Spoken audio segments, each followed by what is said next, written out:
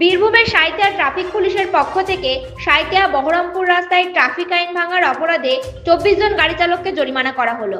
আর এমনটা জানা গিয়েছে আজ রাত্রি 8টা নাগাদ বীরভূম সাঁইথিয়া ট্রাফিক পুলিশ সূত্রে। উল্লেখ্য, ময়ূরেশ্বর থানার অন্তর্গত সাঁইথিয়া কান্দি রাজ্য সড়ক হয়ে ট্রাফিক আইন ভাঙার অপরাধে সাঁইথিয়া ট্রাফিক পুলিশ ও ময়ূরেশ্বর থানা পুলিশের যৌথ উদ্যোগে বৃহস্পতিবার সকাল 10টা থেকে বৈকাল 5টা পর্যন্ত একাধিক গাড়ি চালকদের ট্রাফিক আইন নিয়ে সচেতনতার পাশাপাশি 24 জন গাড়ি চালককে ট্রাফিক আইন ভাঙার অপরাধে তাদেরকে জরিমানা করলো সাঁইথিয়া ট্রাফিক পুলিশ। মূলত সাঁইথিয়া কান্দি রাজ্য সড়কের ওপর বেআইনিভাবে বিনা হেলমেটে মোটর গাড়ি চালানো, সিট বেল্ট না লাগিয়ে গাড়ি চালানো, ওভার স্পিডে গাড়ি চালানো সহ একাধিক ট্রাফিক নিয়ম ভাঙার অপরাধে সাঁইথিয়া ট্রাফিক পুলিশের পক্ষ থেকে 24 জন গাড়ি চালকদের জরিমানা করা হলো আজ।